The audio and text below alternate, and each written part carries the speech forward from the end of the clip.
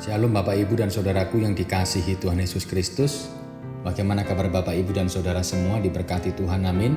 Puji Tuhan, firman Tuhan untuk mengawali hidup pemberian Tuhan hari ini terambil dari Kejadian pasal yang ke-50 ayat yang ke-20. Demikian firman-Nya.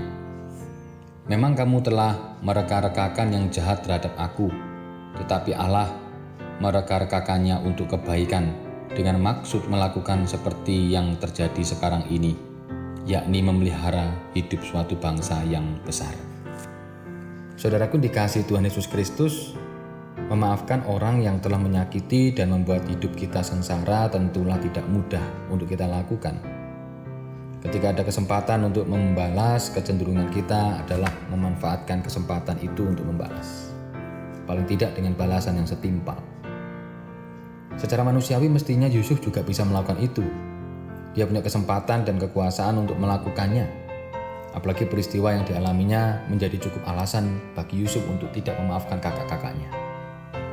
Tetapi bacaan kita menunjukkan hal yang luar biasa. Yusuf bisa dan mau memaafkan saudara-saudaranya. Bahkan Yusuf bersedia menanggung hidup saudara-saudaranya beserta keluarganya. Dalam pengalaman Yusuf ini, kita belajar paling tidak 3 hal. Yang pertama, Yusuf menghayati dia tidak berhak membalas perbuatan kakak-kakaknya. Karena ketika membalas sama saja menyejajarkan diri dengan Allah. Yang kedua, penderitaan yang dialaminya menjadi sarana Allah berkarya untuk kebaikan dan rancangan Allah yang lebih besar.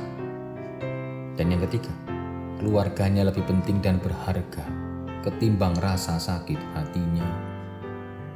Pengalaman hidup inilah mengingatkan kita akan relasi dengan orang-orang lain.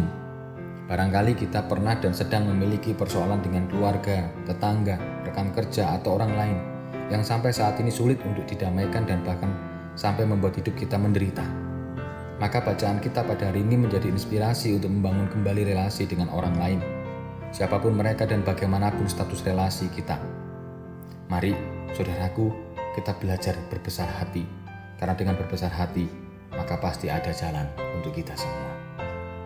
Tuhan memberkati dan menolong kita. Mari kita berdoa. Tuhan Yesus, terima kasih hari ini Engkau mengajar kami tentang nilai hidup yang luar biasa. Seperti Yusuf yang belajar berbesar hati untuk menerima keadaan dan tidak membalaskan itu kepada kakak-kakaknya. Hari ini Engkau mengajar kami untuk juga berbesar hati menerima kondisi kami saat ini. Dan ketika kami belajar menerima kondisi kami saat ini, kami pun akan bisa menghadapi hari-hari pemberian-Mu ke depan. Terima kasih Tuhan, di dalam nama Tuhan Yesus Kristus kami berdoa dan berserah. Amin.